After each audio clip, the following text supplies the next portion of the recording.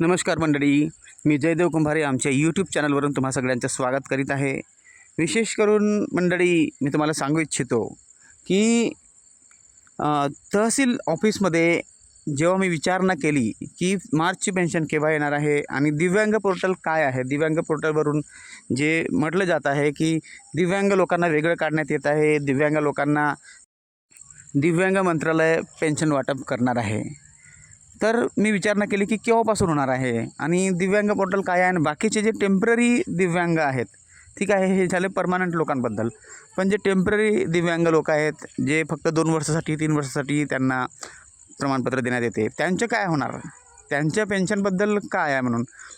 तर तहसील ऑफिसमधून मला काहीही माहिती मिळाली नाही। त्यांचं म्हणणं असं आहे की आम्हाला याबद्दल काही माहिती नाही, सरकार जेव्हा ठरवेल तेव्हा आपण पाहू म्हणून त्यांनी म्हटलं।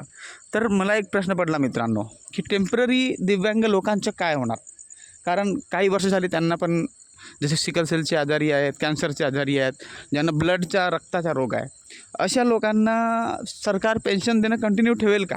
कारण ते लोक तर टेम्पररी आहेत आणि सरकारचं म्हणणं आहे की टेम्पररी लोकांना आपण पेन्शनचं म्हणजे त्यांना कोणताही लाभ मिळणार नाही।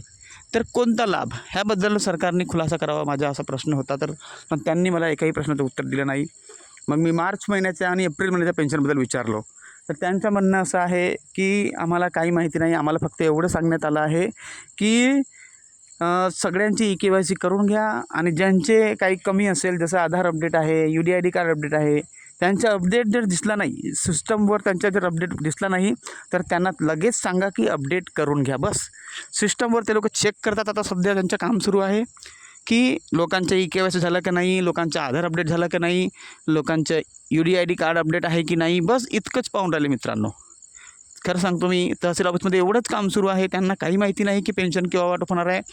फक्त ते लोक एवढेच पाहत आहेत की EKYC झाली की नाही, आधार अपडेट आहे की नाही, लाईफ सर्टिफिकेट दिलं की नाही, म्हणजे फक्त ते ऑनलाईन त्यांनी केलं की नाही, तर एवढंच पाहत आहेत। त्यांना पेन्शनविषयी काही माहिती नाही।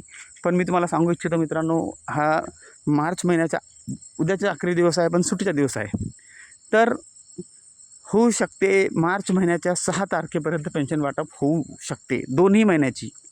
कारण दिव्यांग विभागानं आधी म्हटलं होतं की सगळ्यांनी आपले दाखले लवकरात लवकर पेश करा आणि रजिस्ट्रेशन करून घ्या, पण काही लोकांचं रजिस्ट्रेशन झालंच नाही।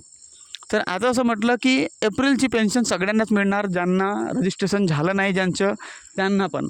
तर मला वाटते की एप्रिल महिन्यातच सुरुवातीला 5-6 तारखेपर्यंत दोन्ही मार्च आणि एप्रिलची पेन्शन मिळून जाईल। ह्यात घाबरण्याची काही गरज नाही मित्रांनो। फक्त एवढं आहे की सरकारने द्यायला पाहिजे होती मार्चची पेन्शन, कारण लोक खूप वाट पाहतात आणि काही लोकांना खरंच गरज आहे। जे लोक दिव्यांग आहेत बिचारे, त्यांना खूप गरज आहे।